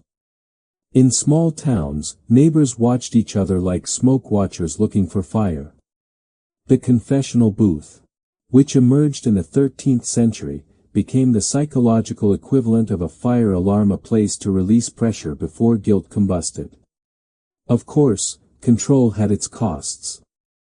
The same walls that kept chaos out also trapped humanity inside.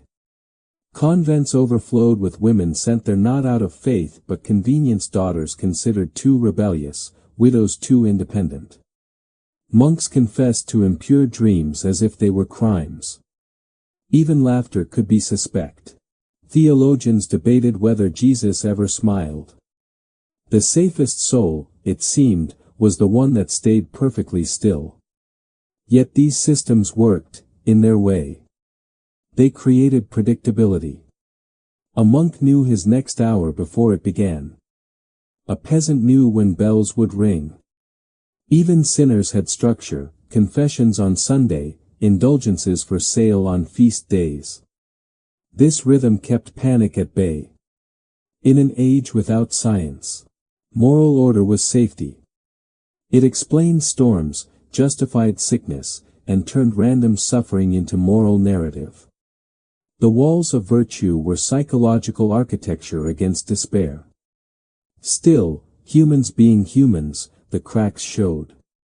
Every time the church tightened control, resistance followed. The tavern, for all its restrictions, remained the one place people spoke freely. Pilgrimages became both spiritual and sensual journeys. Carnivals turned the world upside down, peasants dressed as kings. Priests joined parades, rules vanished for a few ecstatic days. These moments of chaos were not just rebellion. They were necessary release valves. Even safety needs its opposite. Without it, people suffocate.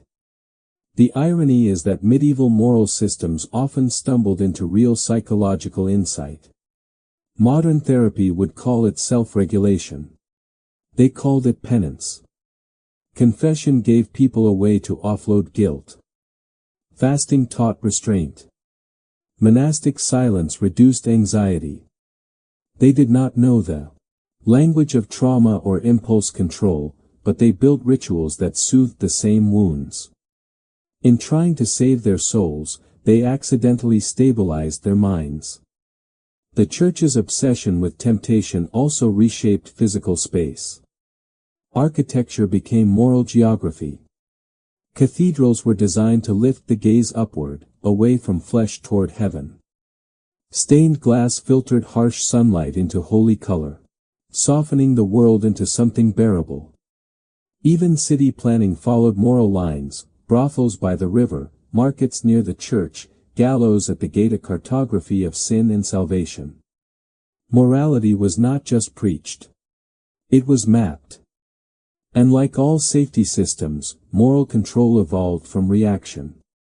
Each scandal triggered a new rule. When priests fathered children, celibacy was enforced. When pilgrims turned to banditry, routes were supervised. When heretics spread new ideas, censorship tightened. Every moral disaster left a scar in law. The Church did not foresee sin. It cleaned up afterward, learning its own version of the medieval safety cycle: transgression, outrage, reform, repetition.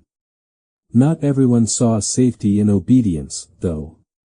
Mystics and reformers argued that true protection came from within, that fear was the real poison.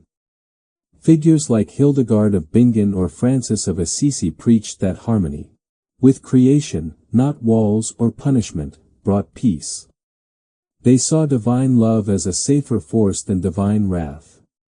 Their ideas were dangerous precisely because they loosened control. But in time, they helped shift morality from external policing to internal conscience, an early step toward personal ethics rather than imposed virtue. By the end of the Middle Ages, Europe was tired of being watched. The Reformation broke the old system wide open. The same discipline that had once made people feel safe now felt suffocating. Printing presses spread forbidden ideas faster than the church could censor them. Safety no longer meant submission. It meant truth, reason, individual conscience. But that rebellion only happened because, for centuries, people had lived inside the experiment of moral containment. They would tested obedience to its limit and learned what it could and could not protect. When we talk about moral safety controls, now laws, social norms, ethical codes, we are living in the echo of that experiment. The medieval world proved that order can prevent chaos, but also that too much order breeds new kinds of harm. Every curfew and confessional, every locked tavern and guarded convent, was a medieval attempt to engineer the human soul like a fortress. It is easy to mock them for it, but maybe we should not. They were trying, in their own language, to build peace out of impulse. To keep the fire of life burning without letting it burn the house down. The Middle Ages did not perfect morality any more than they perfected hygiene or architecture. But they did something harder: they faced their own instability head-on. And even if their rules seem harsh now, they leave us a question that still matters: how much freedom can a society handle before it collapses under the weight of its own desire?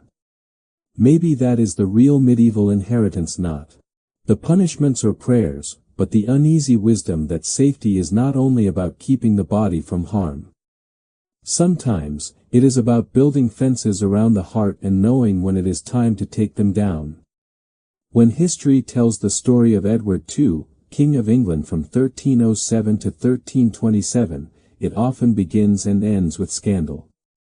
But beneath the sensationalism lies a cautionary tale about human nature, governance, and the deadly intersection of personal affection and political power. Edward's reign was shaped as much by his heart as by the crown on his head, a lesson in how passion can destabilize even the mightiest throne. Edward inherited the English crown from his father, Edward I, known as the Hammer of the Scots, a monarch celebrated for military prowess, rigid discipline, and unflinching authority. Edward II, by contrast, was softer in temperament and more drawn to companionship than conquest. He had an instinctive curiosity about the world, an interest in music, sports, and physical labor alongside commoners. This openness was unconventional for a king, whose life was expected to be dominated by the weight of duty, military campaigns, and political maneuvering. It made him relatable to some, but vulnerable to others. The pivotal relationship in Edward's life was with Piers Gaveston, a knight from Gascony who had served as a page to Edward's father. Gaveston was charming, handsome, and audacious, qualities that immediately captivated the young king. Their bond, described by chroniclers as extraordinary and consuming, transcended mere friendship. Edward elevated Gaveston to positions of power and influence, culminating in his appointment as the Earl of Cornwall, a title traditionally reserved for royalty. This favoritism inflamed the English nobility, who saw Gaveston's rapid rise as both a personal insult and a threat to the established order. Gaveston's arrogance exacerbated the tension. He mocked noble rivals, flaunted wealth, and openly flouted courtly etiquette, enjoying the king's protection as his shield. Edward, blinded by loyalty and affection, ignored warnings from barons and the Archbishop of Canterbury. The court became a stage where private devotion collided with public responsibility. And the results were disastrous. Chroniclers noted the palpable resentment. The nobility viewed Gaveston as a corrupter of the realm, a manipulator who diverted the king from the duties of governance. Edward's indulgence in favoritism was not limited to Gaveston. Later, he extended similar privileges to Hugh Despenser the Younger, whose cunning and ruthless ambition further destabilized the kingdom. Edward's personal attachments became political liabilities. Lands were seized, rivals imprisoned or executed, and alliances fractured. The king's court, once a place of ceremony and governance, had become a theater of favoritism and intrigue, where affection was mistaken for strategy. The consequences of Edward's personal loyalties were severe and swift. The barons, united in outrage, exiled Gaveston twice, each time warning the king of the kingdom's vulnerability.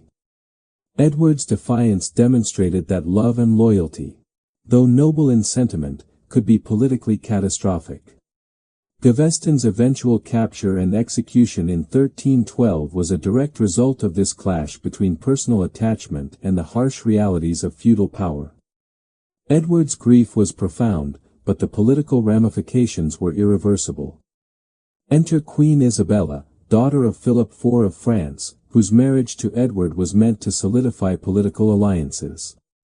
Edward's deep attachment to male favorites left Isabella marginalized and humiliated. The queen, perceptive and politically astute, observed the court's dysfunction and the king's vulnerabilities. Her position evolved from passive consort to active agent. In 1325, Edward sent her to France on a diplomatic mission, a move she turned into an opportunity for agency. She refused to return until Edward's powerful favorite, Hugh Despenser, was removed.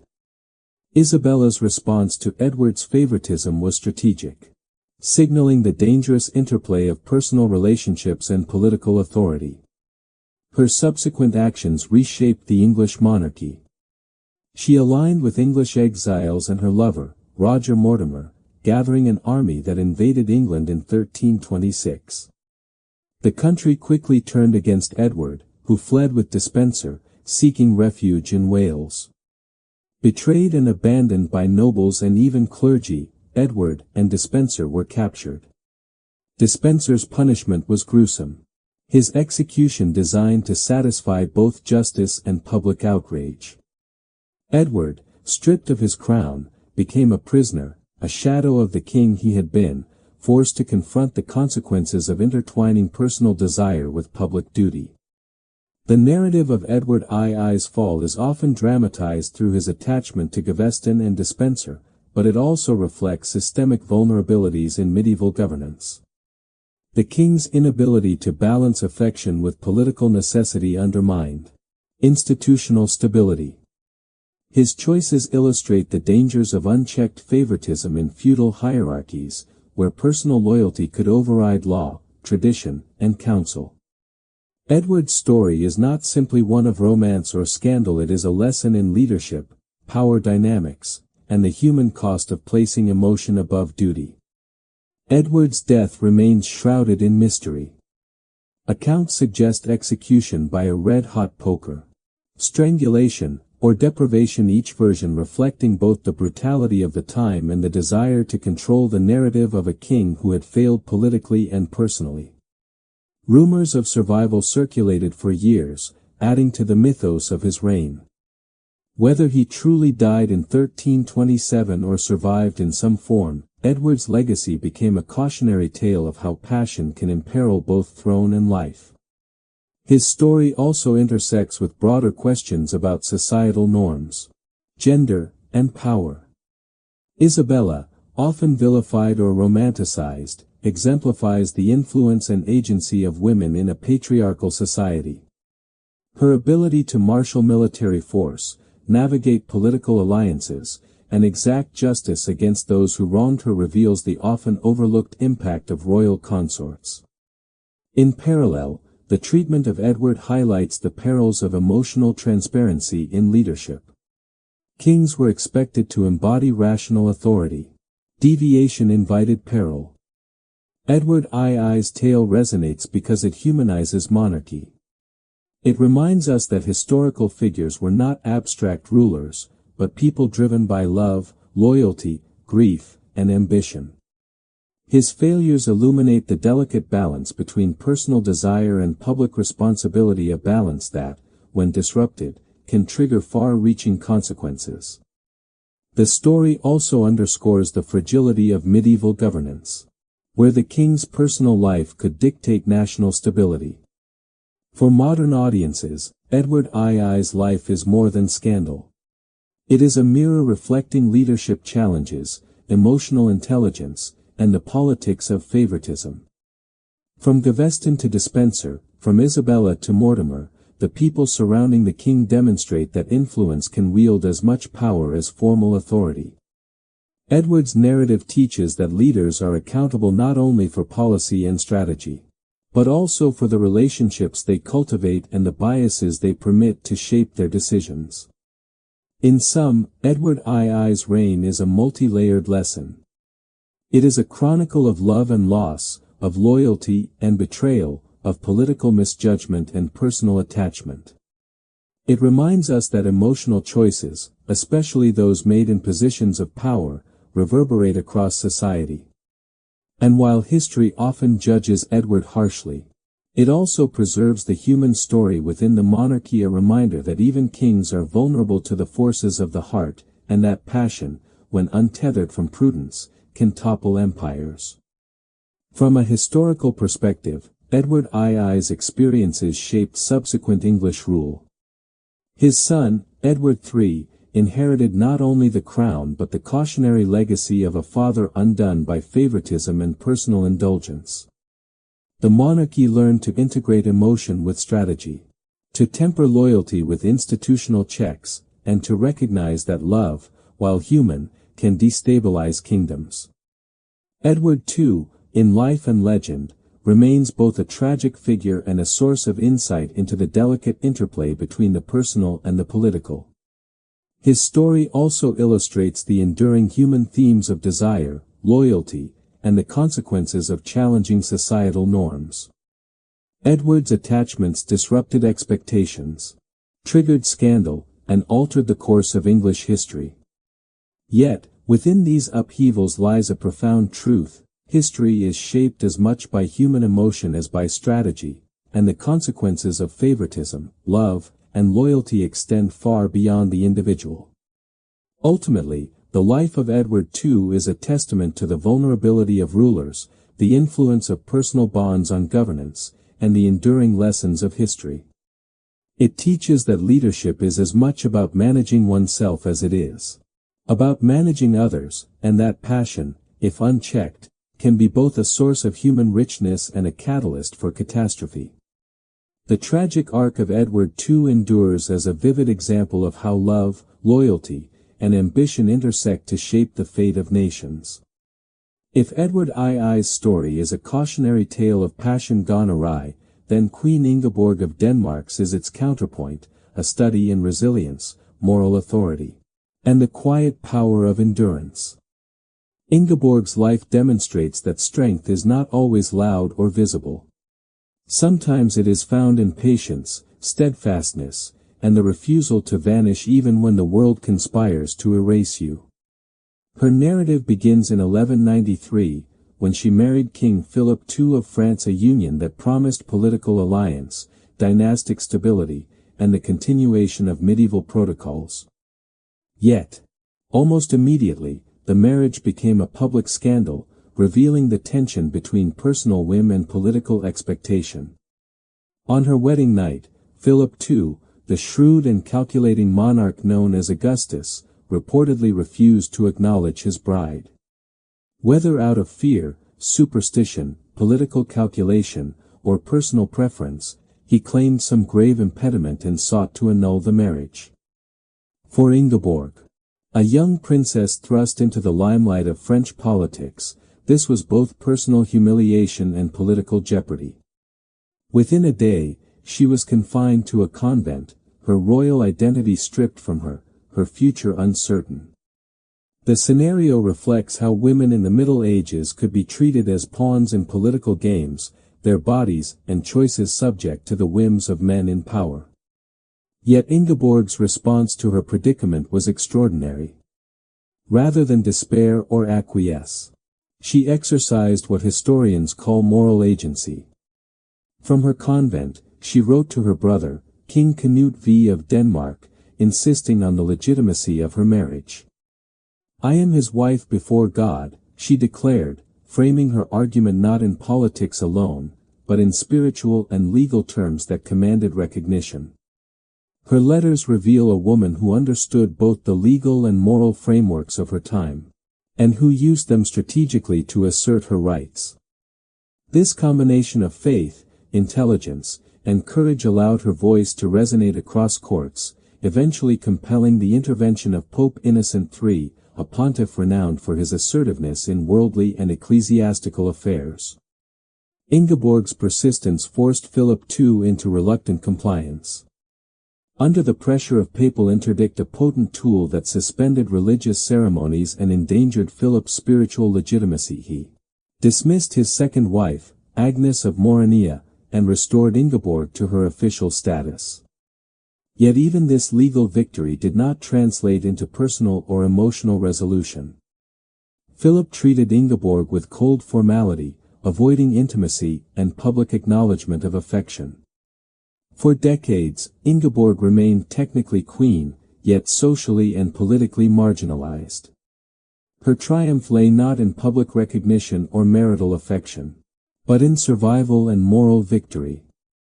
Ingeborg's endurance reflects a broader theme in medieval history, the quiet power of women navigating systems designed to constrain them. Whereas male rulers exercised force and direct intervention, Ingeborg leveraged the instruments available to her: letters, appeals to the Pope, and legal argumentation.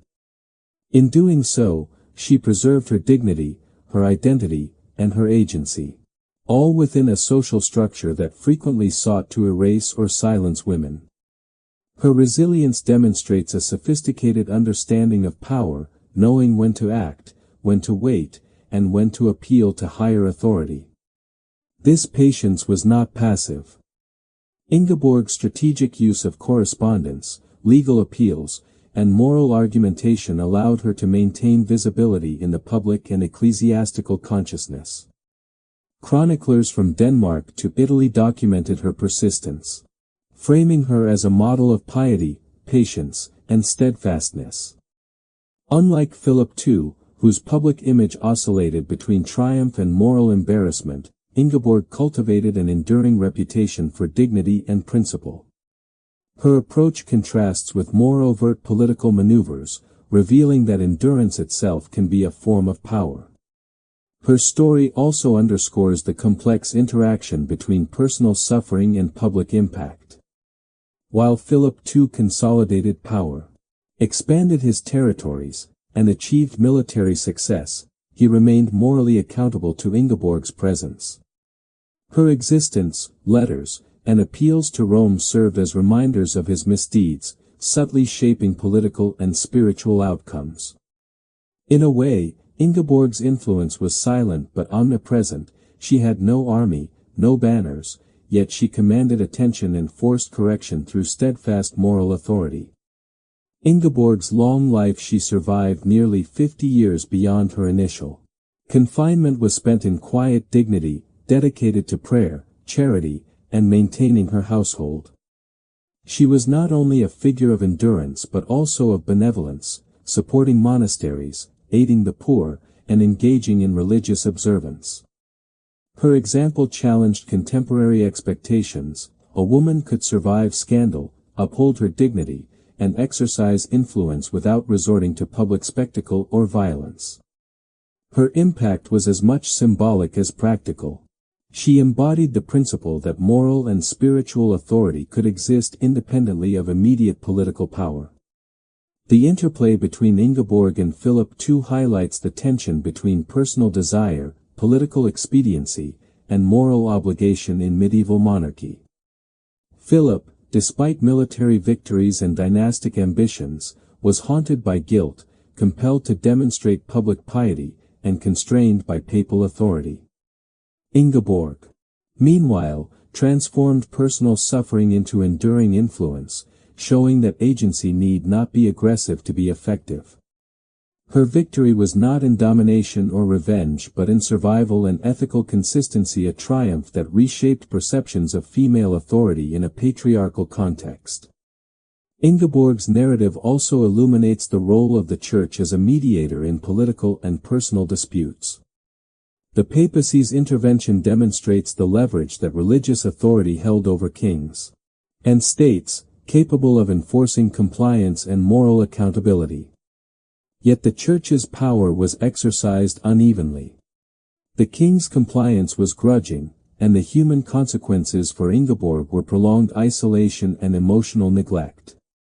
Her success relied on understanding both the spiritual and political dimensions of power, navigating a complex system to achieve recognition without direct confrontation. Finally, Ingeborg's life offers lessons that transcend medieval Europe. It is a study in resilience, patience, and strategic endurance.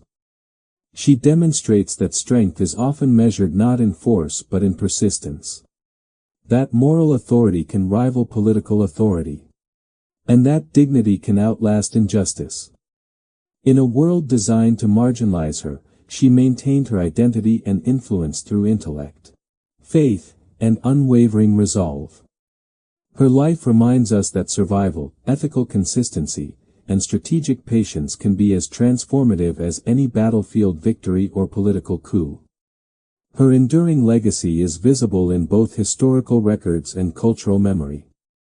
Chroniclers praised her patience, moral rectitude, and strategic acumen, framing her as a model for future queens and noblewomen.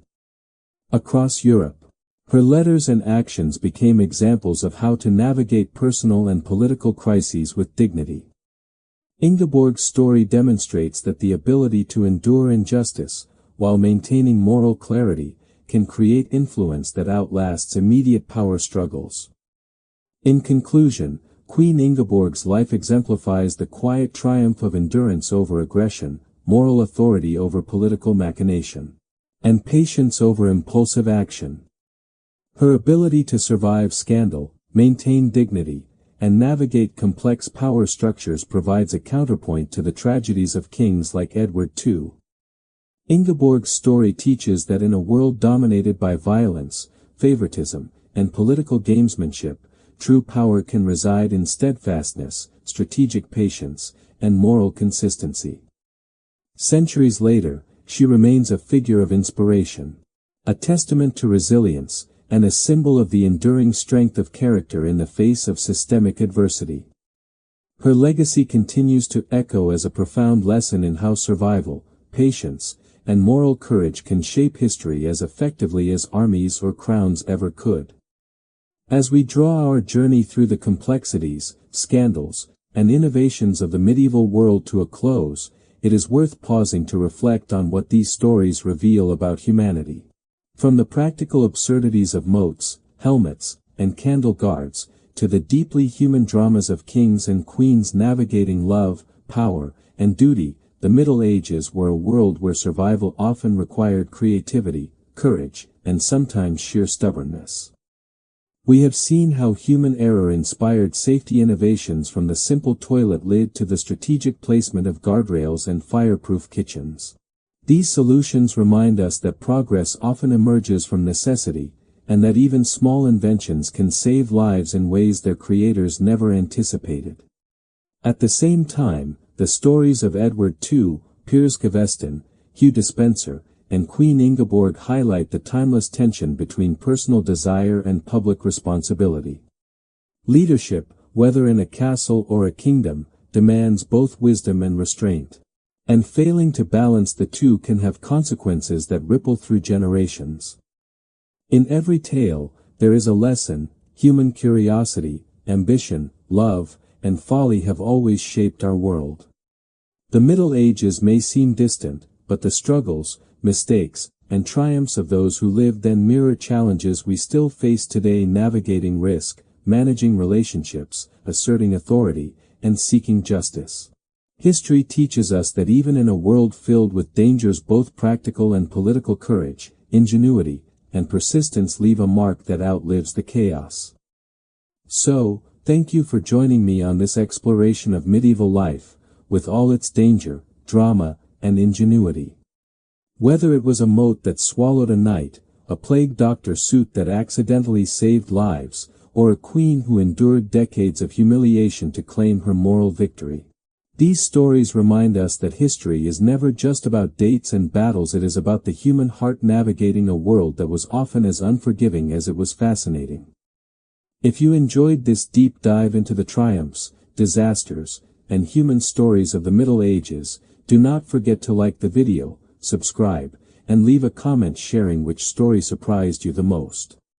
Your thoughts help keep the conversation alive and the history vivid.